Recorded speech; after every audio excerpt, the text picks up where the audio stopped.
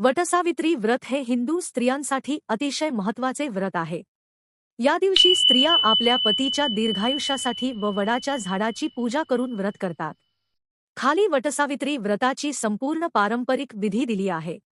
वटसावित्री व्रत विधी, वट सावित्री व्रत विधी साजरा करण्याचा दिवस ज्येष्ठ अमावास्येला, काही ठिकाणी ज्येष्ठ पौर्णिमेलाही साजरे होते।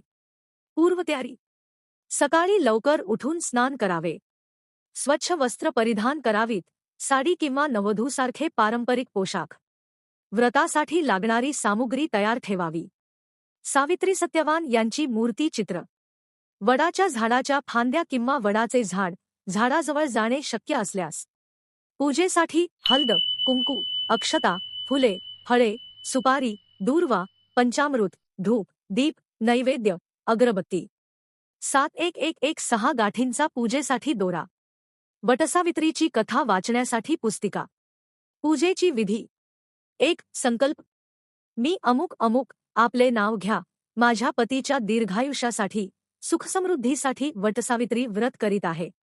2. पूजा सुरू करणे: वडाच्या झाडाला जल अर्पण करा, झाडाच्या भोवती दोरा गुंडाळत किमान 7 किंवा 11 प्रदक्षिणा घाला, झाडाच्या मुळाशी हळदकुंकू, फुले, अक्षता अर्पण करा, दोयाच्या गाठी बांधून झाडाला अर्पण करा, त्या गाठींचं प्रतीक म्हणजे सौभाग्य व दीर्घायुष्य।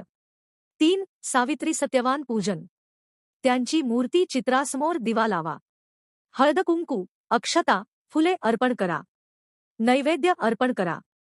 4. वटसावित्रीची कथा ऐका वाचा, सावित्रीने यमराजाकडून आपल्या पतीचे प्राण मागून घेतले ही कथा।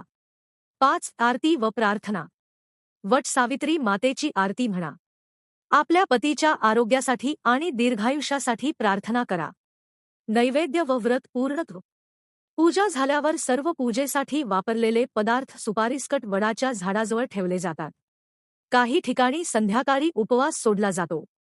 विशेष सूचना: या दिवशी संपूर्ण दिवस उपवास करणे व फलाहार करणे रूढ आहे।